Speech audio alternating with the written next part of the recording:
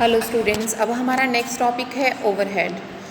Overhead क्या है? Overhead एक एक्सपेंसेस की तरह होता है। जैसे कि हमने एक्सपेंसेस पढ़े थे उसी की तरह ही हमारे ओवरहेड होते हैं, जिसके अंदर बेसिकली वही सारी आइटम्स कवर की जाती हैं। तो जो ओवरहेड होते हैं वो हमारे indirect material cost, indirect labour cost और इनडायरेक्ट एक्सपेंसेस, इन तीनों को इसके अंदर शामिल किया जाता है।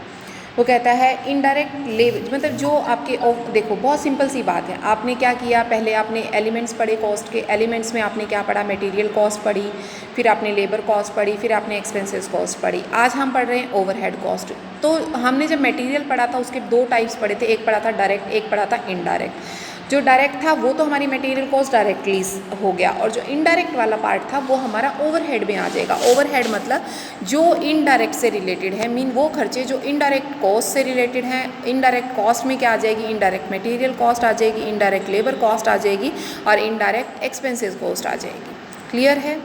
दोबारा से मैं आपको यही चीज़ बता रही हूँ बेटा, बार बार एक ही चीज़ को। जो हमारे ओवरहेड हैं वो खर्चों से रिलेटेड होते हैं, लेकिन वो कौन से खर्चे होते हैं? वो इनडायरेक्ट टाइप के खर्चे होते हैं जो डायरेक्टली आपके प्रोडक्ट से रिलेटेड नहीं होते हैं।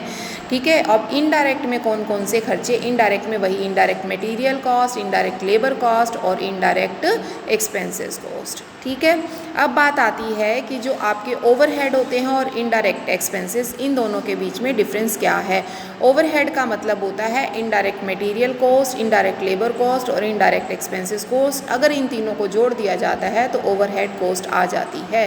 लेकिन वो कहता है इनडायरेक्ट एक्सपेंसेस का क्या मतलब होता है? इनडायरेक्ट एक्सपेंसेस का मतलब है that is the part of overhead cost. Overhead cost के अंदर जो इनडायरेक्ट आपके एक्सपेंसेस होते हैं वो आपके ओवरहेड का पार्ट माने जाते हैं। इनडायरेक्ट एक्सपेंसेस एक छोटा सा पार्ट है, ओवरहेड एक बड़ा है। ओवरहेड में आप तीनों तरह के इनडायरेक्ट एक्सपेंसेस को लेते हो, चाहे वो मटेरियल का है, चाहे वो लेबर का है, चाहे वो आपका एक्सपेंसेस है। लेकिन आपका जो इनडायरेक्ट एक्सपेंसेस है सिर्फ उसमें आपके इनडायरेक्ट एक्सपेंसेस ही लिए जाते हैं।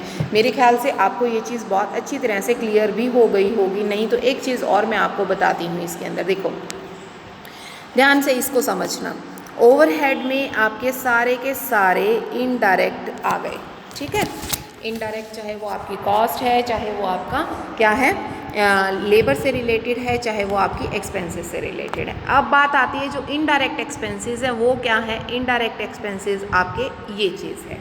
इन दोनों का जिस बच्चे को डिफरेंस क्लियर है, इनडायरेक्ट एक्सपेंसेस क्या होते हैं और ओवरहेड क्या होते हैं, उस बच्चे के लिए डिफरेंस करना बहुत आसान हो जाएगा और आप इसको बहुत अच्छे एग्जाम्पल देकर समझा सकते हो। जैसे इसने समझाया है कि टोटल अगर आपके इनडायरेक्ट मटेरियल कॉस्ट जो है वो 80 रुपया है, इनडायरेक्ट लेबर कॉस्ट 70 रुपया अगर आपकी आती है और इनडायरेक्ट एक्सपेंसेस अगर 50 रुपये हैं, तो तीनों को जोड़कर ओवरहेड बनता है। लेकिन अगर सिर्फ इनडायरेक्ट एक्सपेंसेस की बात करें तो टोटल ओवरहेड में से अगर आप मटेरियल और लेबर के इनडायरेक्ट खर्चों को माइनस कर देते हैं तब आपके इनडायरेक्ट एक्सपेंसेस आते हैं। क्लियर है? अब बात आती है कि जो डिफरेंस बिटवीन क्या पूछा है उसने, ओवरहेड एंड ओन कॉस्ट क्या होती है। अब ओवरहेड का तो आपको पता है ओवरहेड क्या होते हैं, अभी आपने पढ़ा कि जितने भी इनडायरेक्ट खर्चे होते हैं वो सारे के सारे आपके क्या माने जाते हैं?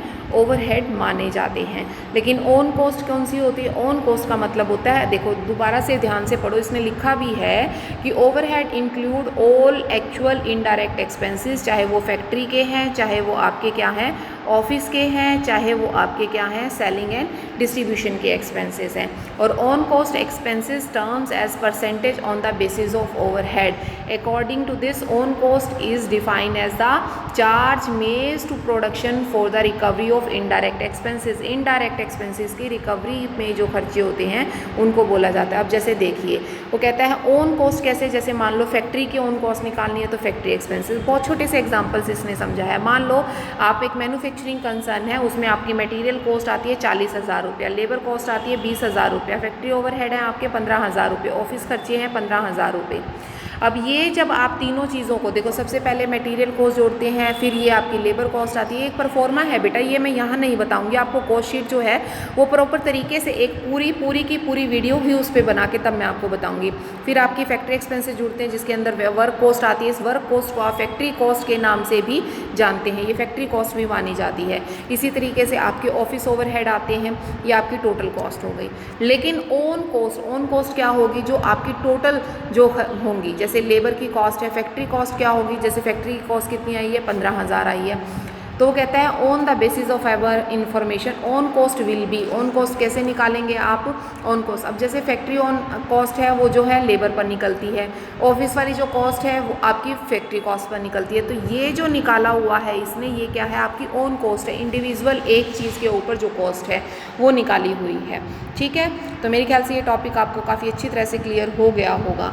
तो जो नेक्स्ट है आपका टॉपिक वो आपकी नेक्स्ट वीडियो में कवर करेंगे।